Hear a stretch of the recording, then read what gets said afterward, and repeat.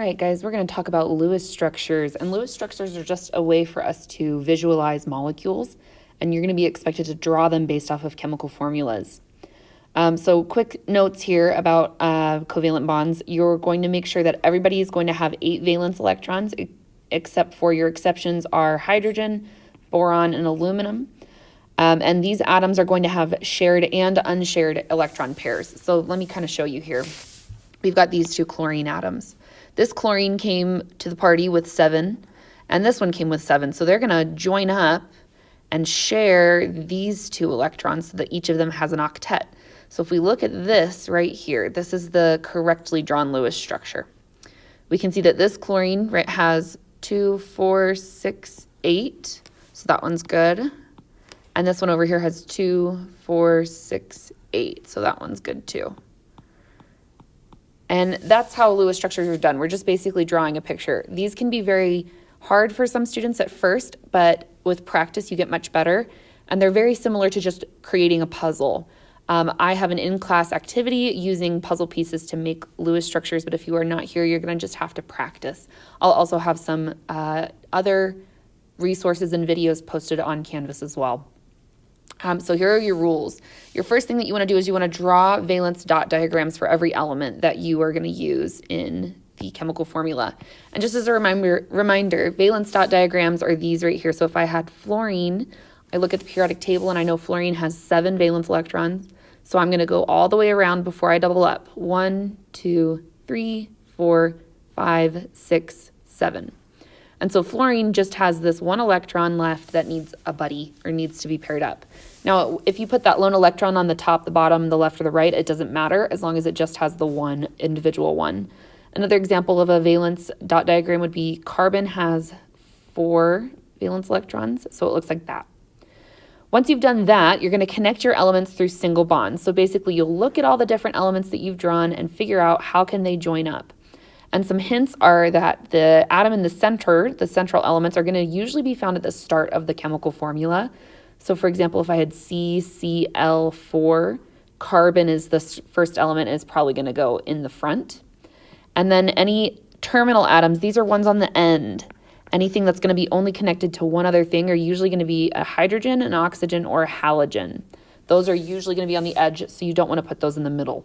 What you're going to do after you've connected everything with a single bond is you're going to connect your remaining lone electrons into double or triple bonds, and I'll show examples of this. Basically, just make sure that everybody has a buddy. You don't want any lone electrons left alone. And then last thing you want to do, check your work, make sure every atom has an octet except for these 4 exceptions. Hydrogen needs 2, beryllium needs 4, boron and aluminum each need 6. So then here's the practice. I'm going to show 2, and then I would recommend that you pause and practice and see how you do. So let's look at this one right here, Pi3. So the first thing I'm going to do is I'm going to draw P and my 3 I's. And then I'm going to go through and give everybody their dot diagrams.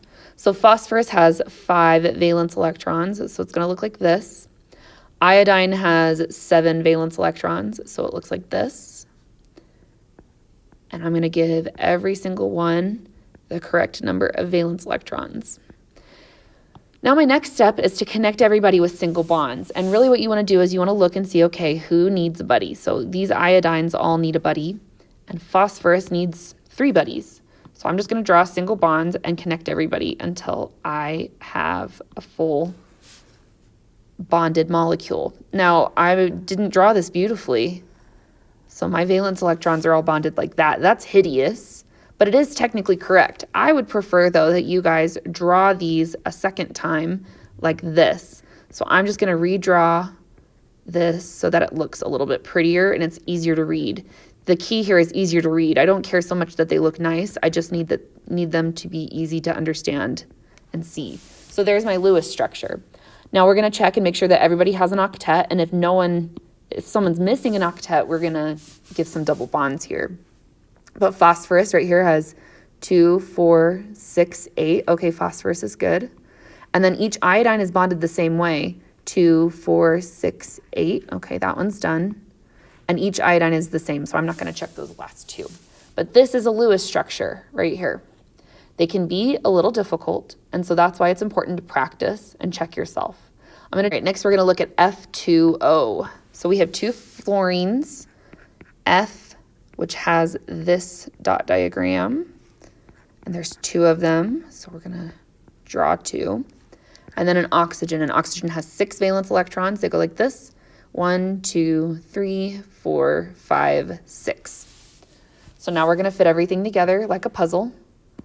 We're gonna give everybody a bond. Oxygen's gonna go connect to each of these, and we can redraw this to make it look a little nicer. That is how you draw this one's Lewis structure. Everybody has 8 electrons. You can count and check.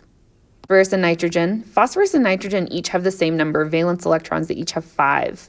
So I'm going to go ahead and give both the correct number. And we're going to connect through a single bond. But here's where it gets weird. We're actually going to have to do double and triple bonds on this one, because if you count now, if we were to stop right here and count, let's look at nitrogen, 2, 4, 5, 6. That's not enough.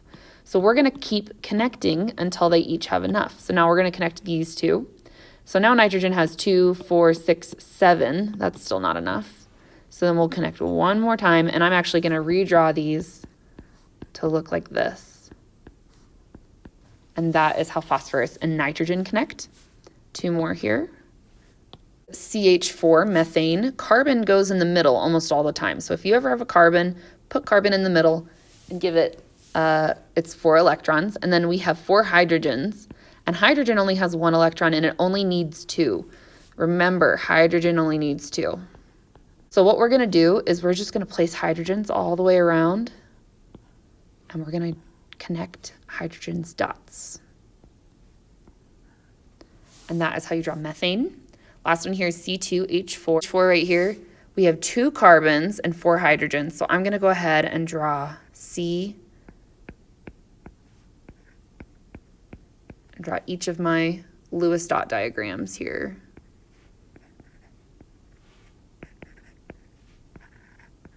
And we're going to start connecting everything individually. Now remember, hydrogen generally is going to be on the outside. So we're going to leave hydrogens on the outside and start connecting to carbons. And then you'll see here that these carbons need to join together, but carbon now doesn't have enough electrons.